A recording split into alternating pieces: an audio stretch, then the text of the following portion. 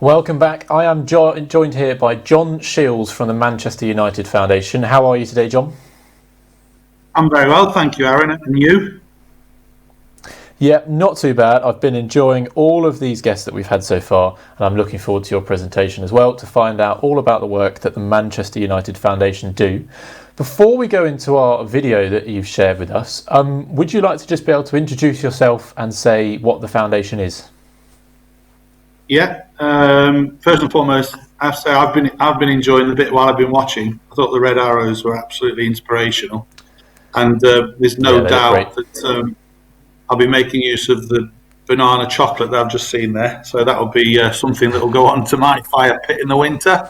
So that's brilliant. Manchester United Foundation are the charity of Manchester United Football Club, and we're an educational youth charity. We are in partnership with the Scouts, and we're looking to grow that. We've just started, and we're looking to grow that. And the idea is, how can we help young people, mainly from the ages of 5 to 18, how can we help them fulfill their potential? Very similar aims, ethics, mission and value of the Scouts group, basically. How can we enrich young people's lives so that they can get the best out of their lives, but also, so that when they do, they can go and help others to do that as well. That sounds great, like some similar work and very inspiring work as well, so you must really enjoy being able to do this. I'm very lucky. I've been doing a very similar job that I do today for 40 years. And actually, and it's something that we all should look to do, is, if you can do something that you love, you never have to work a day in your life. So, I absolutely love my job. I think it's the best job in the world. And, every day is a new day, and every day is a day when I can go out and help people and go to bed a very happy, tired. It sounds like you've hit the jackpot there. So we have a video now which is going to tell us a bit more. So we'll take away with the video and then stop in between to talk about some bits. We're just in the process of being involved in COVID. And I think now more than any other time, the importance of leadership is being stressed. So, without leadership, decision making becomes poorer. You don't seem to move forward and develop, and you don't bring the team with you. So you do need, by definition, someone in your group, whatever that group is, whether it's your pack or whether it's your team or whether it's your family. You do need somebody in that group to take on a leadership role. Probably the most important thing in a good leader is that they're visionary. They do tend to see the future. They're very creative, very innovative, very pragmatic, very solution orientated. They approach life in a can-do attitude, and probably are, not risk averse, but they will take calculated risks to get you or what they want to do to get to that level of where they want to be. And probably the other thing, most important thing around any great leader, is that they can communicate the vision and bring people with them. They can't get there by themselves. I'm quite blessed because I enjoy leadership, and even since I was some of the age of some of the Scouts and the Cubs, I've always taken a leadership role. At school, I always, my motto is always give 10% than you ask for. And so straight away, if you become reliable, if you become trustworthy, if you're hardworking, they're the traits in a young person that you see in the leader. And, so as a child, I was prefect, I was a milk monitor at 4. I was prefect at primary school. I was team captains in secondary school. Head boy in secondary school. Then I went on to college and university and got involved in the union there and became president of the union. So, it's different things, serving other people, but that's how I went about being a leader, trying to help other people, and then being allowed to do that. I loved it. I enjoyed it. Doing good makes you feel good, and I've just followed that in my whole life. I had a vision that I did want to be, as most people did in my generation, wanted to be a professional footballer. Was never good enough. And that's another thing about leadership, is knowing your capabilities and how far you can go, and surround yourself with better people. So if you can't get there, you get other people to do that and take you forward. And then I just, with my vision, I love football. I love working with children. So I went into soccer schools, and then I took on this role at Manchester United Foundation, which, I say, I've been very blessed. I couldn't have written a better job description. And I suppose, one of the things of good leaders is they're passionate about what they do. And so it's not so much, if you're in a situation where to lead and to lead properly and to get 100%, you need to believe in what you're doing. You need to be passionate about what you're doing. And you need to communicate that to people around you. So that was my journey, and it's really important because a lot of you are young people, and what you've got to always remember is leaders always start young by definition. They're not just leaders where they are. Now I'm going to give you a challenge. Challenge 1 is to list 5 leaders that are in your life, whether that be at a world stage, in a national stage, or in the community, or even in your family. List 5 leaders for me, please.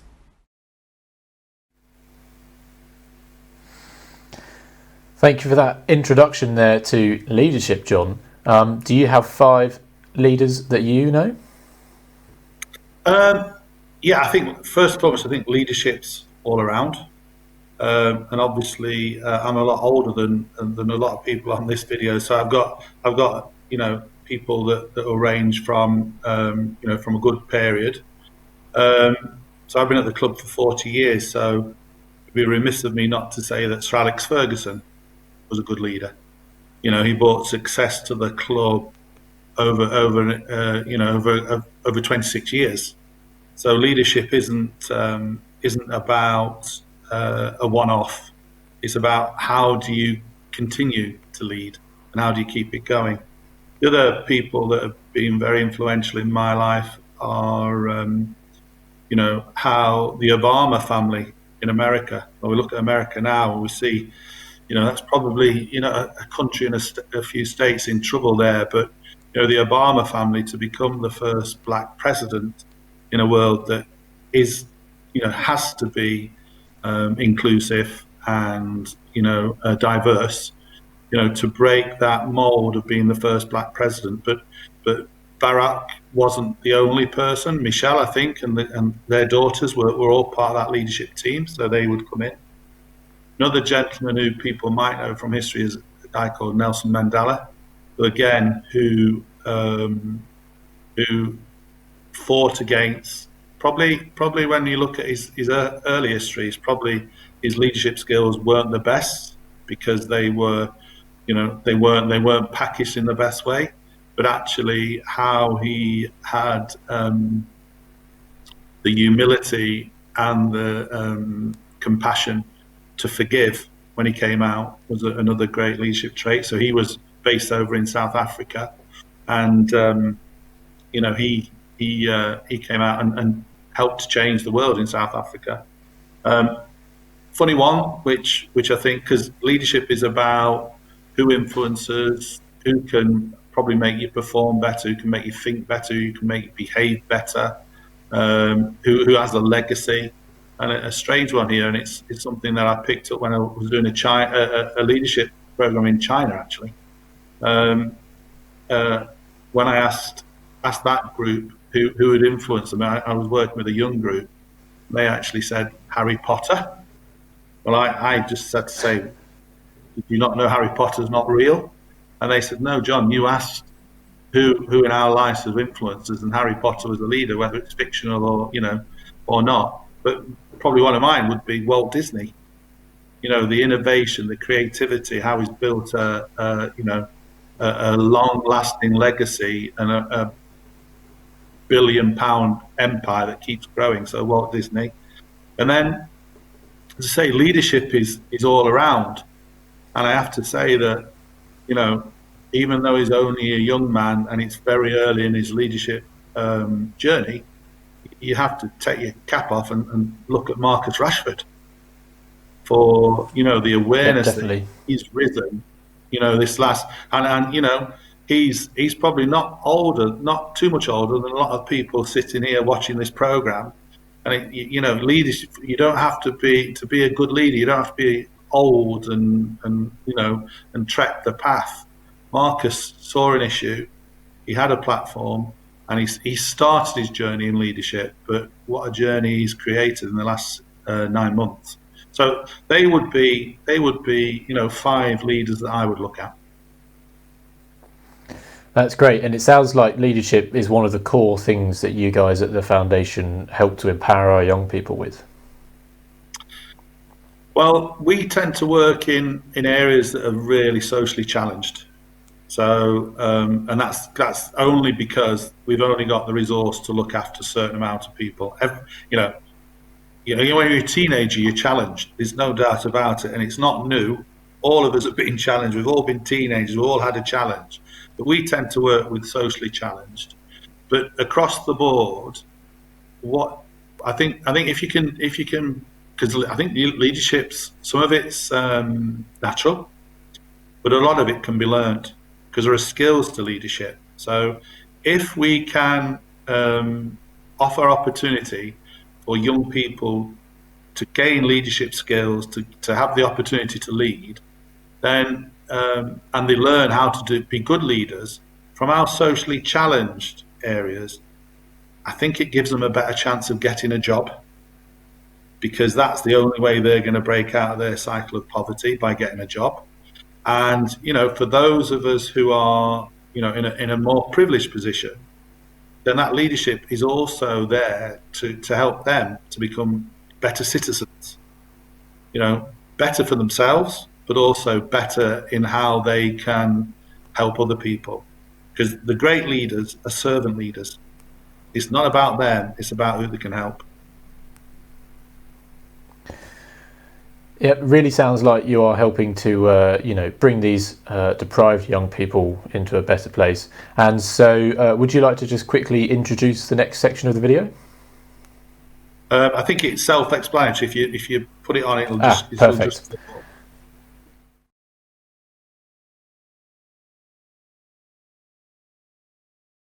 Okay, running on straight from that leadership challenge before, challenge 2. Of the 5 people that you've chosen, what is it that makes them good leaders? Having had the little summary at the start, what is it that makes the 5 people you've chosen to be good leaders?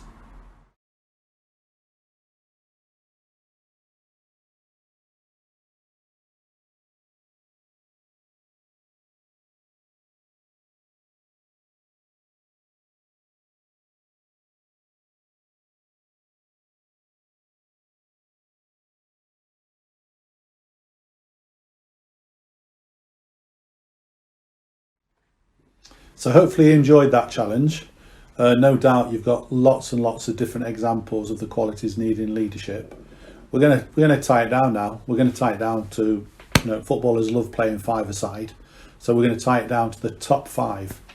And my top 5 would be: 1, the leader has to be a visionary. They have to see what's coming up and how to address it. 2, in order to do that, they've got to be creative and innovative. You've got to know the subject that they're dealing with. Without that, they won't know different ways of doing it better. 3, they've got to have a presence about themselves.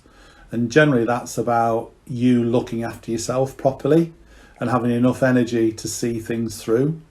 So eating well, sleeping well, plenty of hydration, making sure that you look after yourself. Energy is really important in a leader. 4 is, no matter how good a leader you are, You can't do it without your team. So you've got to be a good communicator, you've got to be a good team worker. And the fifth one is you've got to be passionate. You have to be passionate. It's, when you lead, it's not a 9 till 5 job, it's a 24/7 job, 365 days of the year. And you can only do that if you're passionate about what you're doing. So I'll give you my 5. Now I want you to do individually by yourself. What do you think, not just my 5, but other things, what do you think are the 5 most important traits of a leader?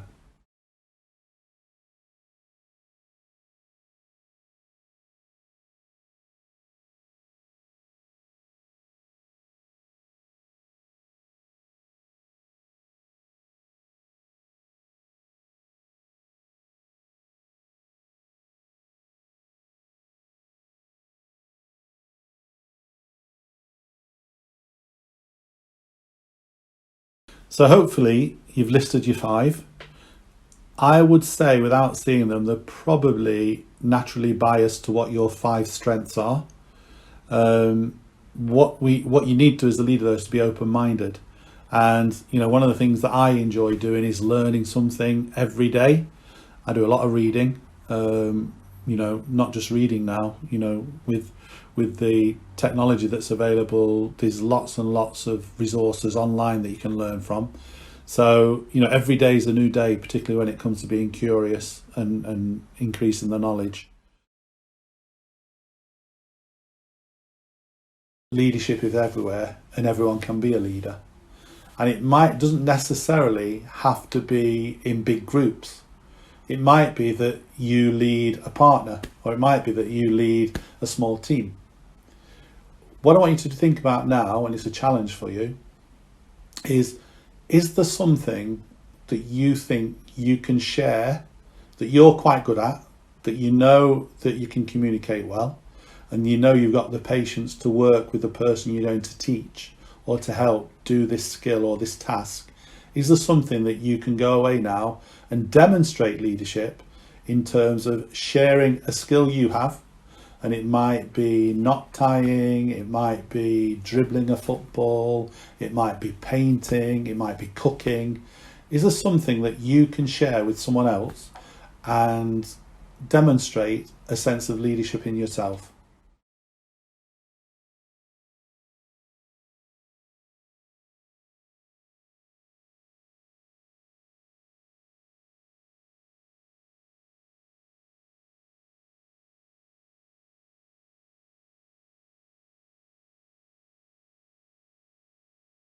Okay, I hope you've enjoyed this little presentation, this workshop. During the time we've challenged you, and hopefully we've challenged you through good thought, physically, mentally, socially, emotionally, all great traits of great leaders. As I say, anyone can be a leader. It doesn't necessarily mean that you have to lead all the time. You can share that leadership with different people. But from today's challenge workshop, you've identified what a good leader is, why it's important for leadership, what a good leader is, what are the qualities of that leader, what qualities do you have. You've actually been able then to go and challenge yourself in terms of trying to pass on a skill, pass on an activity to someone who you've led in doing that skill. So, as I've previously said, leadership is everywhere. Sitting in front of me and taking part in this workshop today, we have leaders of tomorrow, and those leaders could be in literature, in government, in commerce, in service. The sky is the limit for you. You will need leadership traits to get on, but you have them within you. So challenge yourself, make each day a new day. Fill your days with all the right things, and you'll prove to be very successful people and leaders.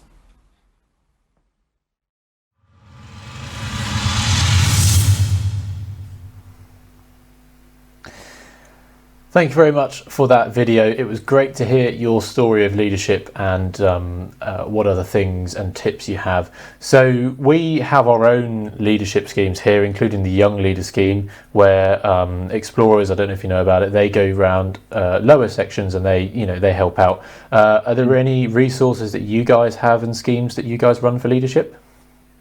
I think what we did there was a whistle-stop tour of the challenge badge that we're going to do with Scouts. So the plan was that we would already be in situ. But then obviously, like a lot of things that's happened in the world in the last 9 months, it's probably been derailed a little bit. But that was just a flavour of, and obviously there was a lot of things there that couldn't be done in that time span in real time. But hopefully there's some things there that will encourage people watching to go and have a go at the things that we spoke about. And as I say, that will then become a badge that people can enrol for through Scouts and gain as part of the bigger badge collection that they're looking to enjoy and experience. And that badge that you were speaking about is the Team Leader Challenge badge, I believe. So definitely look that up online, guys. We do a lot of work with the community and such like that. But are there any other projects that leadership and volunteering and such, our young people could get involved with you guys? So, for example, I believe you have the Volunteer 99 project. We do, but we're quite Manchester-centric. Because obviously we're a football club, which is part of a network of, well, there's 92 in the league, and then there's X amount of others lower than that, and we do tend to stay in our own areas.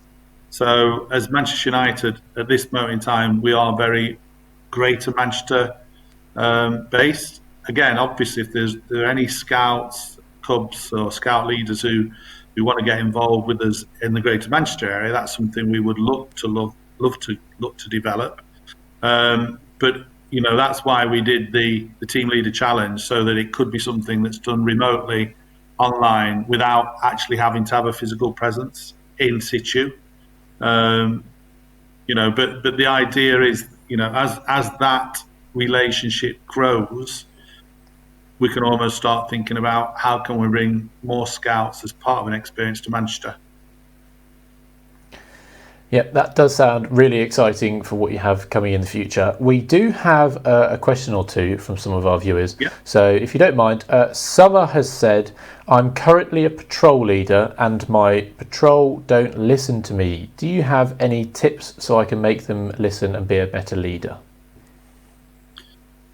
Well, that's a really good point in terms of trying to make people listen. I suppose the communication is two-way, and someone has identified part of communication is talking, and then the other part is how people receive it. So if the people aren't receiving it, then maybe it's something that you need to sit down with them and talk to them about, and to say, I'm in this position of responsibility of leadership. I'm going to talk to you when I'm going to tell something that's quite valuable to you. And, I don't know what those messages are, but if it's valuable to you, it might be something that, is something that could be an arrangement that they could miss out on. It might be something that's a health and safety piece that they could get hurt from.